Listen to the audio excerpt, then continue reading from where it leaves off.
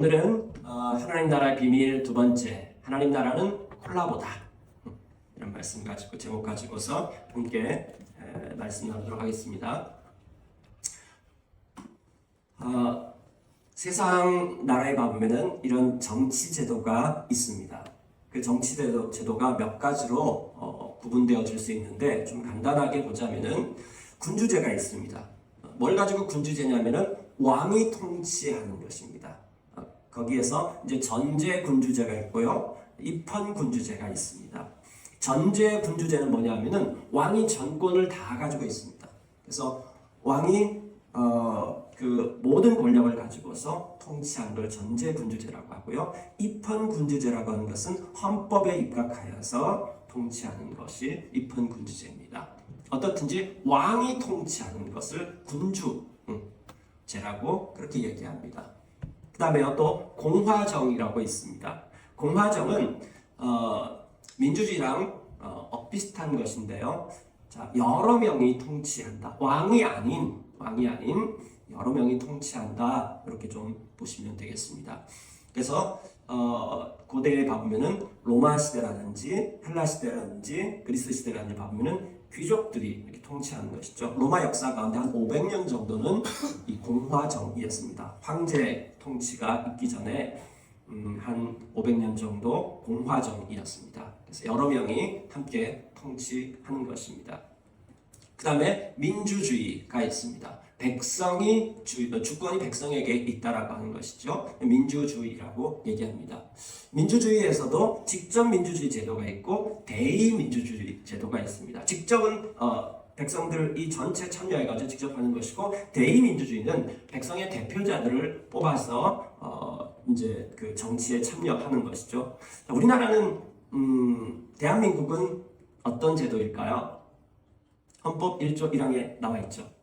대한민국은 민주공화국이다. 네, 그렇게 되어 있습니다. 민주주의와 공화정이 합쳐진, 그래서 우리나라는 대의민주주의 제도죠. 백성들에게 주권이 있는데 이 백성들이 투표권을 행사해서 대표자들을 세우는 것이죠. 그게 정부고 국회고, 이렇게 대표자들을 세우는, 그래서 공화정과 민주주의가 합쳐진 정치제도를 가지고 있습니다. 중국 같은 거는 중국은 어떨까요? 중화인민공화국입니다. 거기도 비슷합니다. 민국이라고, 백성이 나라를 통치한다라고 하는 것이죠. 거기도 비슷합니다. 그래서 이 시대에 있는 거의 모든 나라들은 좀 공화정이라고 좀 얘기할 수 있습니다. 자, 그러면 하나님 나라는 어떨까요? 하나님 나라는 어떤 정치 제도를 가지고 있을까요? 자, 먼저 하나님 나라라고 하는 것이 무엇일까요? 하나님 나라는, 저 나라라고 하는 개념은 통치권에 대한 개념입니다. 고대에서는 전부 왕조라고 얘기했죠. 그래서 하나님 나라는 하나님이 왕이시다, 이런 의미인 것입니다. 천국, 하나님의 나라 다 같은 의미이고요. 그 다음에 저 하나님 나라는 하나님이 통치하신다, 하나님이 왕이다 라고 하는 것입니다. 자, 이렇게 보면은 군주제 같죠. 네. 하나님이 통치하신다. 근데 성경 전체를 봐보면은 또 완전히 군주제 같지만은 않습니다. 자, 성경 구조를 이렇게 전체를 봐보면은 성경을 통해서 하나님이 우리 가운데 무엇을 계시하는가, 뭘 나누고 싶어 하신다라고 하는 거죠. 뭘 얘기하고 싶어 하는가, 성경 전체의 스토리를 봐보면은 맨 앞에 두 장과 맨 끝에 두 장이 같음을 알 수 있습니다. 뭐냐면요, 처음에 하나님께서 이 모든 것을 창조하셨습니다. 그것을 우리는 하나님의 나라라고 이야기합니다. 그 다음에요, 성경 맨 끝에 두 장은 새 창조입니다. 저기서 새 창조는 뭔가 완전히 새로운 어떤 것, 다른 종류의 어떤 것을 창조한다는 의미가 아니고요. 새하늘과 새 땅, 성경에 나오는 그 새자가 뭐냐면은 원래의 것을 본질을 회복한다라고 하는 뜻입니다. 종류가 다른 어떤 것이 아니라 원래 원본을 회복한다라고 하는 것입니다. 그래서 창조와 새 창조, 하나님께서 창조하신 세상 완벽했습니다. 네.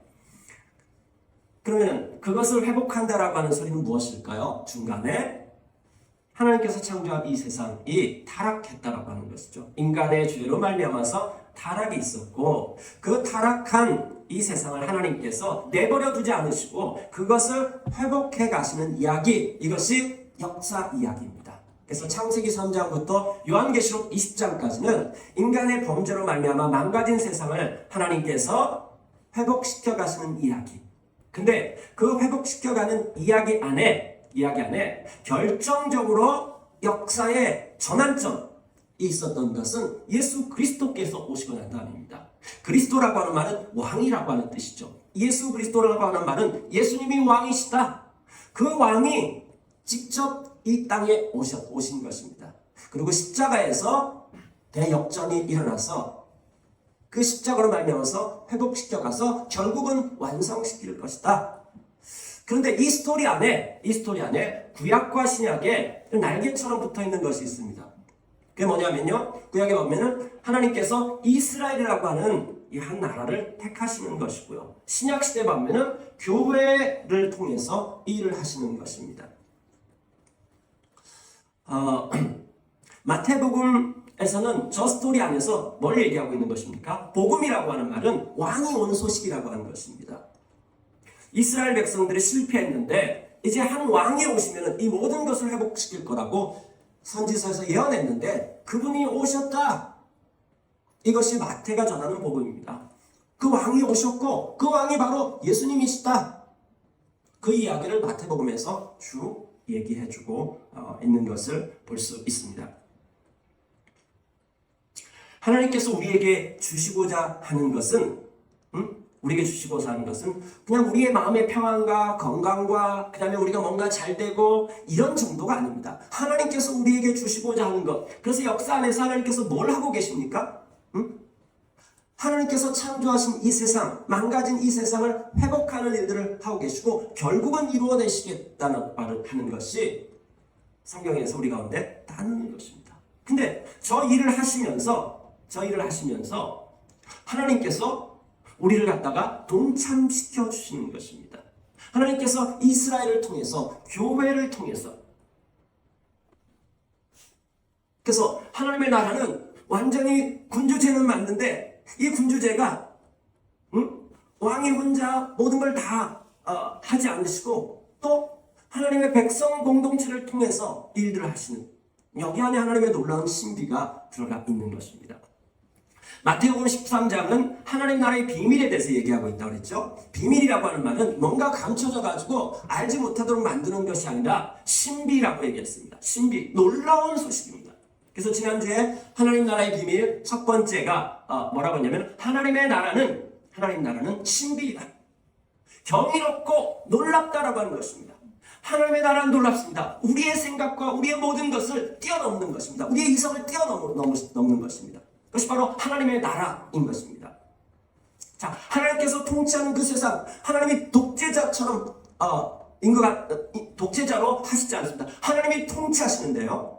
그런데 하나님의 통치하는 그 가운데 우리는 억압받는 것이 아니라 너무 자유롭고, 그 다음에 하나님이 통치한 그 세상은 하나님 보시기에 좋았더라. 샬롬의 상태인 것입니다. 샬롬은 뭐냐면은 하나님께서 창조한 그 모든 것들이 하나하나들이 다 빛을 발하는데 서로 하나도 충돌된 것이 없이 하나님께서 만드신 그 목적을 갖다가 다 발휘해내는 것입니다. 여기 안에 놀라운 신비가 있습니다. 이 콜라보라고 하는 말은 콜라보레이션이라고 하는 말의 그런 약자인데, 저게 이제 라틴어로 보면은 누구누구와 함께 일하다 뭐 이런 것입니다. 우리말로 하면은 협업, 그래서 함께 일하다 뭐 그렇게 얘기할 수 있습니다. 하나님의 나라는 하나님께서 통치하시는데 하나님이 우리를 통해서 뭔가를 하시고 계신다고 하는 것이죠. 자, 오늘 이제 본문 말씀 함께 보도록 하겠습니다. 이 본문 말씀 우리가 잘 아는 씨 뿌리는 비유에 대한 것입니다.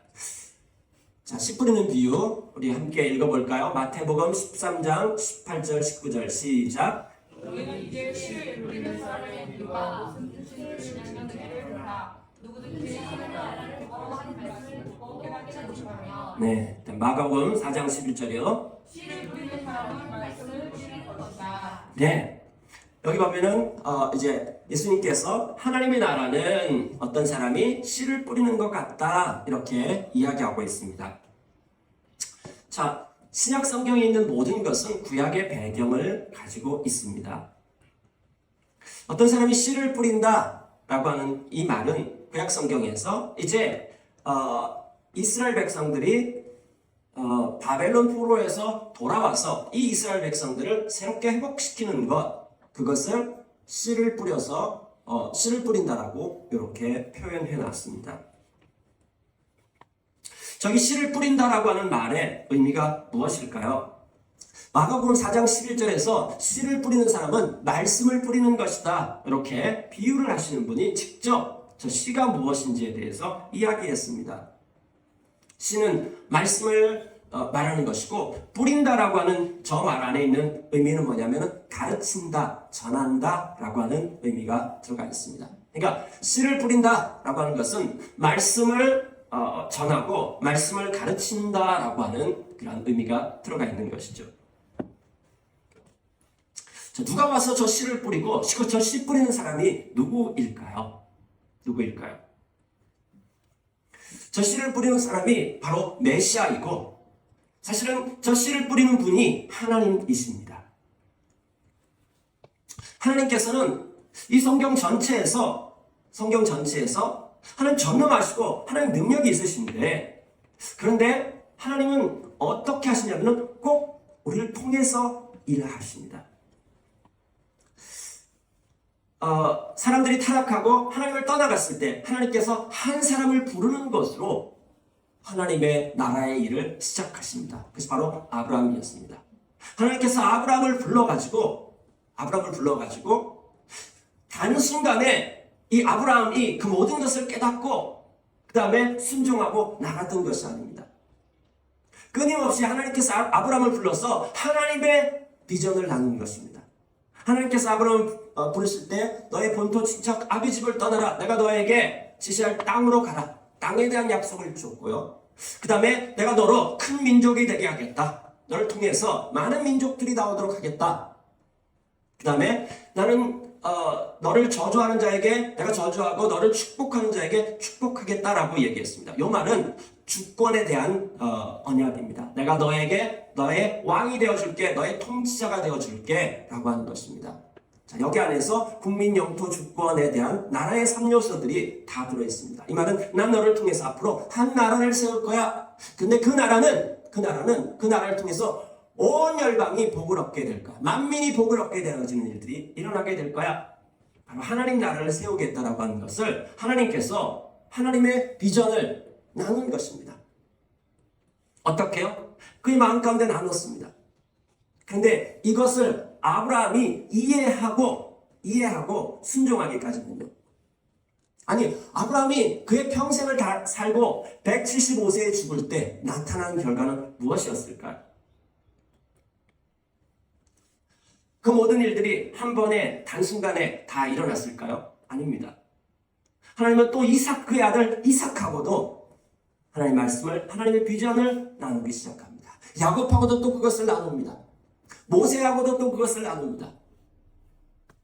모세 나이 80살 때 하나님께서 그를 부르시고 난 다음에 모세는 영분을 골랐죠. 당신은 누구입니까? 그리고 나는 누구입니까? 제 나이 80살입니다, 주님.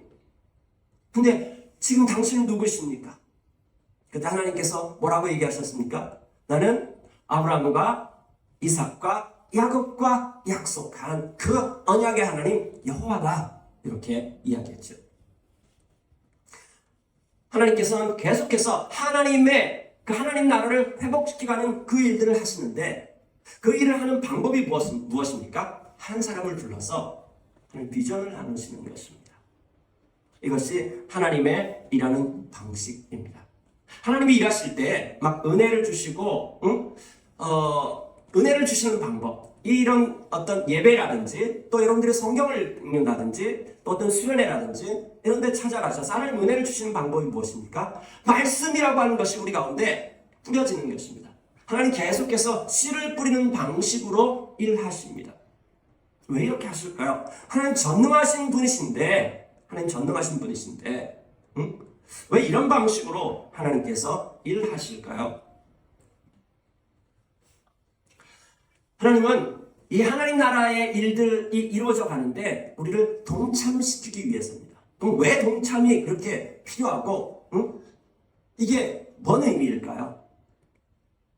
하나님이 우리는 동참이라고 하는 것을 통해서 성장해 갑니다. 동참을 통해서 함께하는 것을 경험합니다.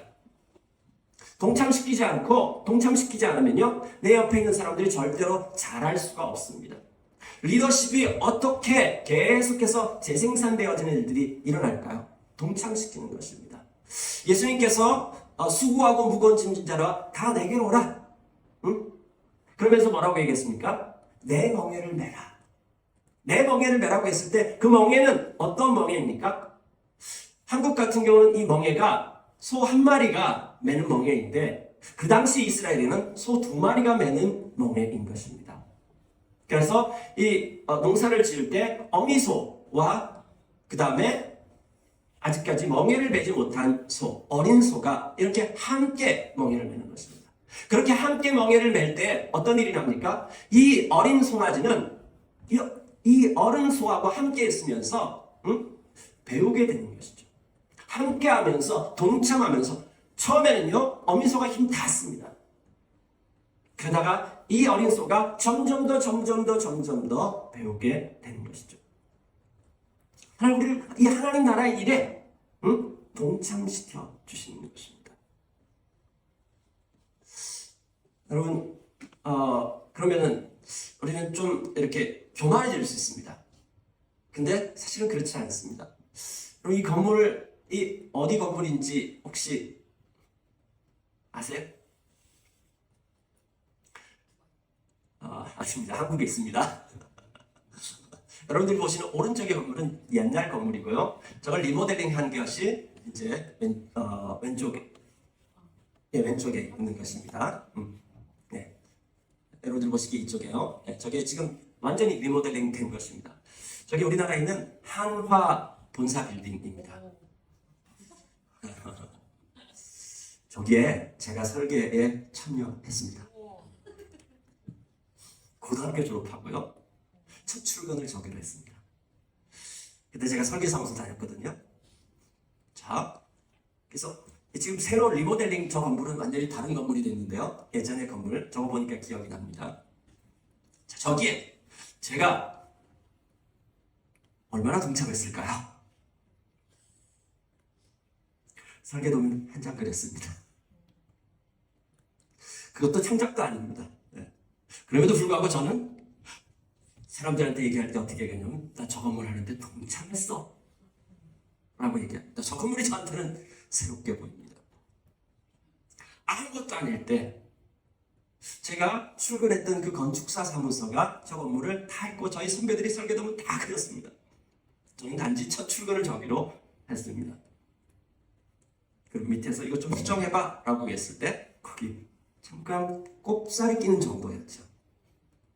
자, 여러분 이 역사 가운데서 하나님께서 지금 하나님의 계획을 가지고 일하고 계셔요.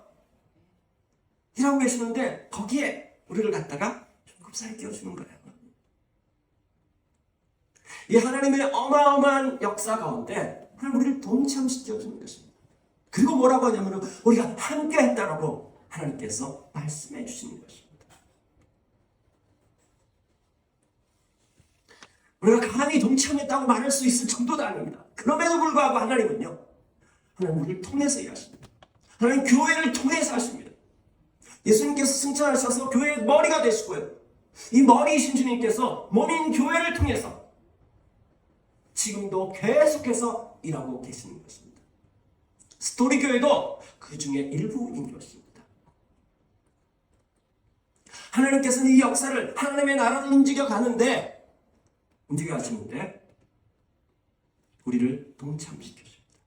동참하는 것들을 통해서 우리는 드디어 경험하기 시작하고 배우기 시작하고 내 것이 되어지기 시작하는 것입니다. 하나님 나라는 일방적이지 않습니다. 하나님의 통치, 다스림은 일방적이지 않습니다. 거기 안에 놀라운 신비가 있습니다. 마태복음 13장이 끝나고 난 다음에 마태복음 14장의 내용이 어떤 것입니까? 자, 마태복음 14장에 보면은 제자들이 단기 선교 갔다가 돌아온 내용이 나오고 있습니다. 단기 선교 갔다 돌아왔는데 갈릴리, 그 당시에 이스라엘의 북부가 갈릴리 지방이었는데 이 갈릴리 북부 전체가 다 뒤집어졌습니다. 갈릴리를 통치하고 있던 왕이 헤롯 안티파스인데 이 헤롯 안티파스가 아주 당황하고 내가 세례 요한을 분명히 죽였는데 아주 갈릴리 곳곳에서 세례 요한이 부활했다, 이 정도의 공포를 느낄 정도였습니다. 그 다음에요, 이제 단기 선교 돌아와가지고 제자들이 막 신나서 보고를 합니다. 치유 역사가 일어나는 것, 귀신이 쫓겨났던 그런 이야기들, 뭐 이런 얘기들을 보고를 한 것입니다. 그러고 난 다음에 예수님께서 그냥 수고했다, 이제 우리 좀 가서 쉬자 라고 얘기하면서 이제 쉬러 갔는데 거기 또 사람들이 막 몰려가지고 쉬지도 못하고 하루 종일 또 예수님이 가르치시고 또 치유하시고 그랬는데 저녁 때가 돼가지고 이제 돌려보내야 되는데 먹을 게 없습니다. 그랬더만 예수님께서 뭐라고 얘기합니까? 너희가 줘라. 너희가 줘라. 왜 이렇게 얘기하실까요? 이전에 예수님이 다 하셨어요. 근데 예수님이 하시다가 자, 이제 내가 너희들한테 권한을 부여할 테니까 너희들이 둘씩 짝지어가지고 단기 선교 한번 갔다 와봐, 이렇게 하시고요. 그다음에 이번에는 단기 선교 가서 그것을 경험하고 왔으면은 이런 문제를 예수님께서 또 툭 던질 때 너희가 줘봐라 라고 얘기했을 때 뭔가 깨달는 것이 있어야 될 텐데 저희가요? 저희가 어떻게 해요? 저희가 가진 것이라고는 오병이어밖에 없습니다. 물고기 2마리하고 보리떡 5개밖에 없습니다. 그래? 가지고 와봐. 기도하시고 난 다음에 예수님께서 제자들에게 떼어주셨잖아요. 그 다음에 또 어떻게 합니까? 너희들이 직접 가서 떼어줘. 자, 50명씩 이렇게 둥그렇게 앉혀놓고 이 제자들이 가서 떼어주는데 예수님 손에서 그것이, 그 기적이 일어났으면은 뭔가 좀 이해가 되는데 이게 예수님 직접 안 나눠줬다고요? 예수님 제자들을 통해서 이걸 나눠주셨다고. 그러면 제자들이 이걸 자기들이 떼어주는 거 아니에요? 떼어주는데 손에서 계속 나와. 어떨까요? 여러분들이 오늘 점심 국수 먹을 텐데요, 국수를 나눠주는데 막 국수가 계속 나와요. 국수 한 그릇밖에 국수 아닙니까? 예, 국수가 계속 나오면 여러분 어떨까요? 이게 진짜 내 손인가? 이게 정녕 나의 손이란 말인가? 그럴 수 있잖아요. 근데 제자들이 그걸 경험했습니다. 그걸 경험하고 난 다음에 막 흥분할 정도 되니까 예수님께서 제일 먼저 오병이어 끝나고 난 다음에 예수님 제일 먼저 누구를 배에 태워서 보냅니까? 제자들입니다. 흥분하면 어디를 튈지 모르니까요, 먼저 제자들부터 제일 먼저 보냅니다. 그러고 난 다음에 무리를 흩어보내고요, 그러고 난 다음에 이제 혼자 남아서 기도하시는데 이 배 타고 가던 이 제자들이 한 서너 시간 가가지고 거의 오병이어 끝난 저녁 식사였고요. 오병이어 이제 식사가 끝나고 난 다음에 무리를 흩었을 때는 거의 자정 정도 되었을 것입니다. 배를 타고 한 서너 시간 가고 난 다음에 거기서 큰 풍랑이 일어나는데 예수님 또 무리로 걸어가시잖아요. 그냥 가시지 또 왜 무리로 걸어가셨을까요? 네, 제자들 보라는 거죠. 근데 거기서 또 이제 베드로가 걸려들었습니다. 정말 예수님이십니까? 저도 한번 걷게 해주세요. 예수님 뭐라고 하십니까? 자, 무리로 걷는 것, 이게 다 제자들의 힘과 능력으로 가능한 것입니까? 단기 선교 때부터 불가능했습니다. 오병이어 불가능하죠. 무리로 걷는 건 다 불가능합니다.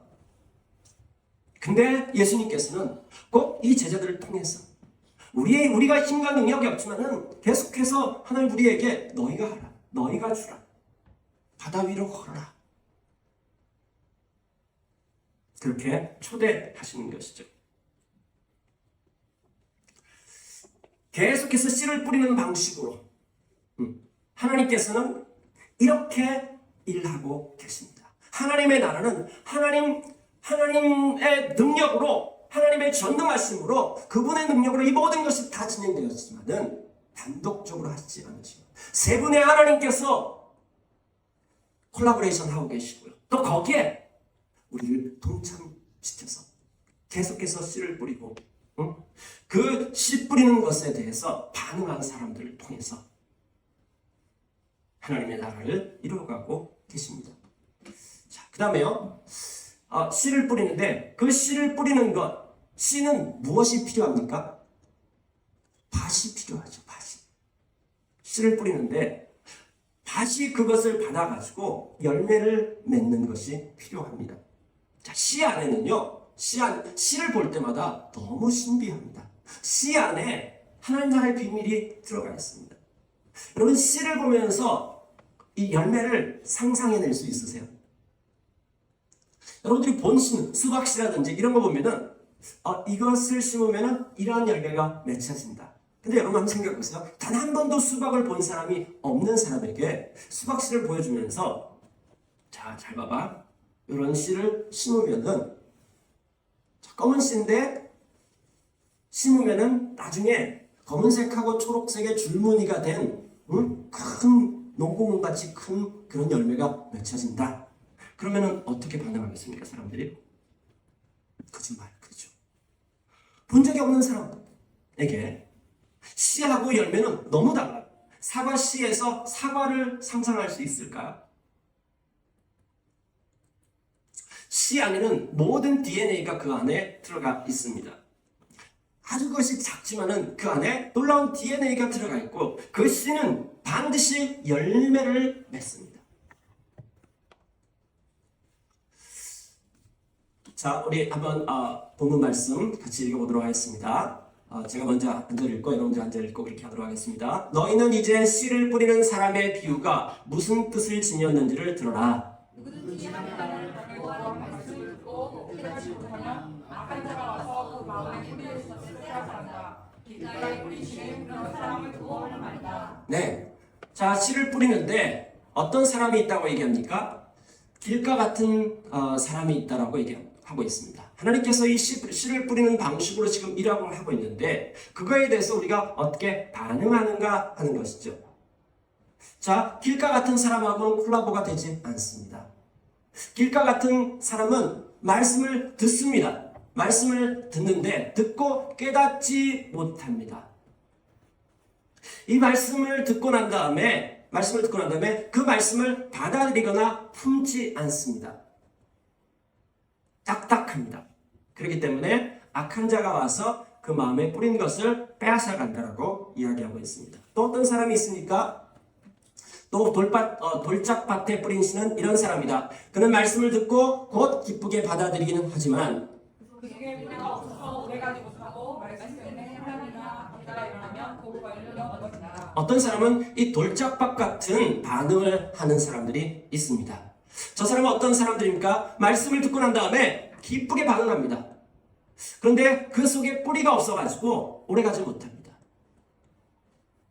그래서 박해가 일어나면 그 말씀 때문에 인한 환란이나 박해가 있으면 곧 넘어집니다. 뿌리가 없는.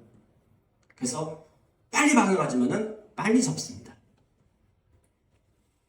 또 어떤 사람이 있을까요? 또 가시덤불 속에 뿌린 씨는 이런 사람이다. 그는 말씀을 듣기는 하지만 세상의 염려와 재물의 유혹이 말씀을 막아 열매를 맺지 못한다. 말씀을 듣고 깨닫는 사람을 모하는 말인데 이 사람이야말로 열매를 맺되 100배의 20배 혹은 30배의 것을 낳았다. 네, 세 번째 부류의 사람은 가시덤불 같은 사람입니다. 저 말씀을 듣습니다. 자, 세 부류 사람 다 말씀을 들은 거죠. 하나님도 어느 누구에게나 씨를 뿌리는 것입니다.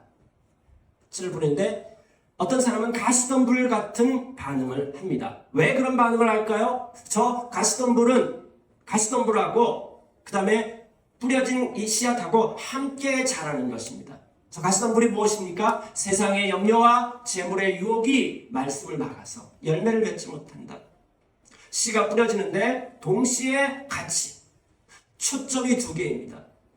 저 염려라고 하는 말이 초점이 두 개라고 하는 뜻인 것입니다. 여러분 초점 두 개 한번 맞춰봐 보세요. 네, 집중할 수가 없죠.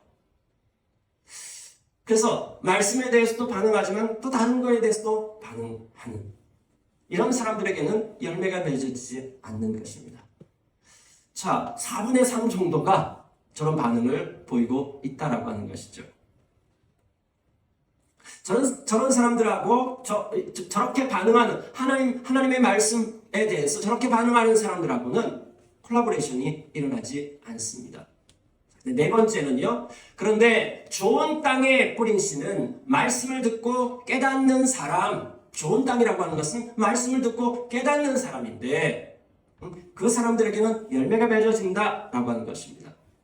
근데 30배, 100배, 60배, 30배의 결실을 낸다라고 얘기했는데 우리는 그렇게 얘기하죠. 와, 엄청나다 이렇게 얘기할 수 있는데 여러분 그렇지 않습니다. 사실은요. 사실 저기 있는 것도 저 결실을 낸다라고 하는 말이 한 번이 아닙니다. 계속입니다. 계속. 여러분 씨앗 안에 씨 안에 예를 들어서 사과 씨면은 사과 씨 안에 몇 개의 사과가 들어 있을까요? 자, 여기에서 30개, 60개, 100개의 사과가 맺혀질 것이다. 뭐 그렇게 막 감동이 있으세요? 아니죠. 자, 이 사과 씨 안에는 도대체 얼마나 많은 사과가 들어있을지 상상할 수 없습니다. 이게 심겨져 가지고요. 계속해서 자라기 시작하면 또 열매를 맺고 또 열매를 맺고 또 열매를 맺고 계속해서 열매가 맺혀지는 것입니다. 사실인지 아닌지는 확실히 알 수는 없지만은 그 3000년 전에 미라의 손에서 발견된 그 씨앗을 심었더니만 싹이 났다. 다음에 또 이스라엘에 가보면은 2000년 전에 그 마사다 요새에서 발견된 항아리 속에서 대추 야자나무 씨앗이 발견되는데 그거를 심었더니만은 또 대추 야자가 맺혀졌다. 그래서 그 나무 이름을 무드셀라 대추 야자나무라고 한다. 뭐 이렇게 이야기합니다. 자, 2000년 전, 3000년 전에 있었던 씨앗이 이게 심겨지지 않았으니까 그대로 있었습니다. 만약에 이것이 심겨져서 2000년 동안 계속해서 열매를 맺었으면요. 상상할 수 없는 놀라운 신비로운 일들이 일어나는 것이죠. 자, 말씀이라고 하는 것이 바로 씨앗이라고 하는 것입니다. 하나님께서 우리 가운데 말씀을 나누고 계시고 씨를 뿌리고 있는 거잖아요. 그렇죠? 예전에는 개인이 성경을 들고 있지 않았죠. 중국에서도요.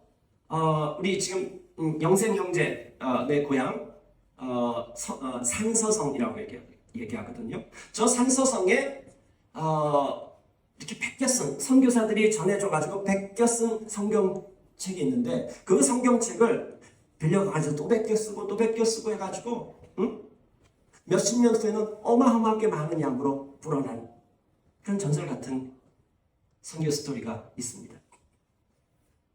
자, 이 말씀은 씨앗과 같습니다. 그 말씀을 내 마음속에 받아들이는 것입니다. 근데 저 좋은 땅이라고 하는 것은 말씀을 듣고 깨닫는 사람인데, 자, 다른 복음서에 비교를 해보면은 말씀을 듣고 그것을 품고 인내함으로 열매를 맺는다. 이렇게 또 누가복음에서는 이야기하고 있습니다. 말씀을 깨닫는다라고 하는 것, 말씀을 품는다라고 하는 것, 그것은 말씀을 듣고 난 다음에 그것을 묵상하는 것입니다. 그 말씀 앞에 순종하기 위해서 순종하고 묵상하고 말씀 앞에 엎드리는 것입니다. 그것이 말씀을 품는 것입니다. 한 번 듣고 흘려보내는 것이 아니라 그 말씀 앞에 내가 반응하는 것입니다. 반응하기 시작할 때요, 이 씨앗은 놀라운 힘과 능력이 있습니다. 거기 안에 생명력이 있습니다. 어떤 것이든지 간에 그 밭에 떨어져서 품기 시작하면요, 반드시 열매를 내고 싹을 내기 시작하는 것입니다. 상상할 수 없을 정도의 놀라운 역사들이 일어나기 시작하는 것입니다. 그래서 하나님 나라는 바로 그러한 자들을 통해서 하나님 나라를 이루어 가시는 것입니다. 하나님 나라에서는 어떤 사람들을 캐스팅하냐면은 스펙 좋은 사람들을 캐스팅하는 것이 아닙니다. 이 제자들을 봐보십시오. 복음서에 있는 제자들의 모습은 어쩌면은 우리보다도 더 못한 모습일 수 있습니다. 평균 이하 같습니다. 하지만 사도행전의 제자들을 봐보십시오. 완전히 달라졌습니다. 완전히 달라졌습니다. 말씀이 그 안에 들어가서 이 말씀을 품고 제자들이 다 이해하지도 못했습니다. 그럼에도 불구하고 그들이 말씀 앞에 반응하기 시작하고 말씀을 품기 시작했을 때, 그것이 숙성되기 시작했을 때 어느 순간 보이게 되어지고 들리게 되어집니다. 지난주 왜 하나님의 신비, 하나님 나라의 모든 일은 신비로운데 거기 안에 놀라운 경이로움이 있고 어떻게 설명할 수 없는 것이 있는데 그것이 어떻게 말씀을 들리지 않고 그 다음에 말씀 앞에 그 말씀이 보이지 않는 이유는 뭐냐면은 안 들으려고 하는 것입니다. 여러분 예전에는 성경이 없었다라고 하는 핑계라도 될 수 있죠. 지금은요. TV 틀어도 설교가 있고요. 그 다음에 인터넷부터 시작해가지고 우린 더 이상 핑계할 수가 없습니다. 우리가 하나님 말씀을 듣고 그것을 품어안고 묵상하기 시작하는 것이죠. 묵상하기 시작하면요 놀라운 일들이 일어나기 시작합니다. 시편 1편이 그것을 얘기해주고 있죠. 주야로 여호와의 율법을 묵상하면 어떤 일이 납니까? 저는 시냇가에 심겨진 나무처럼. 자, 그 말씀을 묵상하기 시작하면요 하나님 우리를 갖다가 어디다 옮겨 심는다라고 하는 것이죠. 심겨진이라고 하는 것은 옮겨서 심었다라고 하는 것입니다. 어디로요? 시냇가에. 그 시냇가가 일반적인 시냇가가 아닙니다. 누군가가 만든 정원입니다. 그곳에 옮겨 심으면 어떡합니까? 계속해서 열매를 맺어지는, 시절을 쫓아 열매를 맺고 그 잎사귀가 마르지 않는다라고 얘기하고 있습니다. 그 바로 시냇가에 심겨진 나무, 바로 좋은 땅인 것입니다. 말씀을 품어안고 묵상하기 시작하는 것입니다. 그래서 그것이 분명히 보이고 들릴 때까지 붙잡고 씨름하고 하나님 앞에 나아가는 것입니다. 그래서 우리가 그 말씀에 대해서 그 말씀이 분명해질 때까지 천천히 하시고요. 그것이 분명해지면 서둘러서 순종하기 시작하는 것입니다. 천천히 그리고 서둘러. 여러분들 매일 아침마다 여러분들이 말씀을 펴놓을 때 그때 하나님께서 여러분 마음 가운데 씨앗을 뿌리고 있는 환상을 보고 계십니까? 주일 설교 이 시간에도 지금 이 자리에서 여러분 가운데 하나님께서 말씀을 뿌리고 있는 것을 보시고 계십니까? 여러분들이 목장 모임에서 말씀을 나누는 그 시간에도 주님 오셔서 또 말씀을 뿌리고 계십니다. 그 앞에 어떻게 반응하고 있습니까? 그것을 품어안고 여러분 안에서 묵상하기 시작합니까? 그 말씀 앞에 순종하기 위해서 몸부림치고 있습니까? 그러면요 나도 모르게 그것이 내 안에 심겨져서 싹이 터기 시작합니다. 이건 그 어떤 것도 막을 수 없는 그 능력이 일어나는 것입니다. 모든 것을 뚫고서 열매 맺기 시작합니다. 여러분 어떻게 반응하고 있습니까? 그럼 무엇하고 콜라보를 하고 있습니까? 하나님과 협력하고 있습니까? 하나님께서 말씀 뿌리는 그 말씀을 받아들여서 그래서 보이기 시작했고 하나님의 스토리에 살고 있습니까? 하나님의 스토리 안에 들어가서 지금 뭘 하고 있는지, 하나님 나를 통해서 뭘 하려고 하는지 거기에 동참해서 오병이어와 같은, 바다 위를 걷는 것 같은, 단기 선교를 하고 보고하는 것 같은 제자들의 그런 경험들을 여러분들은 하고 있습니까? 일들이 언제 일어날까요? 말씀 앞에 반응하기 시작할 때 일어납니다. 이 방법으로 지금도 하나님의 나라는 지금도 이들을 통해서 일어나고 있습니다. 여러분 하나님 나라에 동참하고 있습니까? 우리 이렇게 얘기할 수 있습니다. 시를 보면서 하나님의 나라가 시 같다고 너무 하찮고 너무 보잘것없고 너무 연약해 보이는 것이죠. 여러분 그거 아십니까? 하나님께서 사용하시기에 너무 연약한 사람은 단 한 사람도 없습니다. 하나님 뭐라고 말씀하시는지 아세요? 능력은 내가 있어.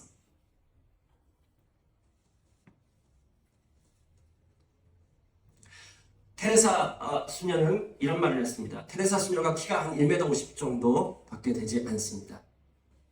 그래서 테레사 수녀는 자기를 뭐라고 얘기했냐면은 나는 하나님의 몽당연필이다. 그는 이런 말을 이렇게 얘기했습니다. 나는 하나님의 손 안에 있는 몽당연필에 불과합니다. 그분이 쓰시고 그분이 생각하시고 그분이 결정하십니다. 나는 그분의 손 안에 있는 작은 몽당연필입니다. 하나님은 작은 몽당연필로 좋아하는 것을 그리실 수 있으십니다. 하나님은 우리가 아무리 불완전한 도구일지라도 그것으로 너무나도 아름다운 그림을 그리실 수 있으십니다. 우리가 몽당연필인가? 우리가 보잘것없는 것. 네. 그럼에도 불구하고 우리가 하나님과 콜라보를 하면요. 하나님의 손에 붙들린 몽당연필이 되기 시작하면요. 하나님 우리를 통해서 하나님 나라를 이뤄가실 것입니다. 주비전 스토리교회 몽당연필 같습니다. 그렇죠? 응? 우리 비록 윤고 형제 같은 이런 건장하지만은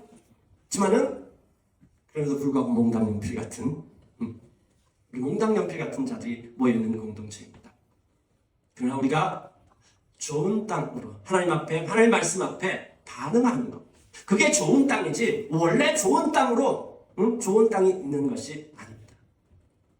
하나님 앞에 반응하는 사람들 그들이 좋은 땅입니다. 말씀을 품고 순종하고 묵상하는 자들 그들이 좋은 땅입니다. 하나님 그들을 통해서 하나님 나라를 완성하고 있습니다. 거기 안에 하나님의 신비, 경이로움은 달마다 일어나게 될 것입니다. 함께 기도하시겠습니다.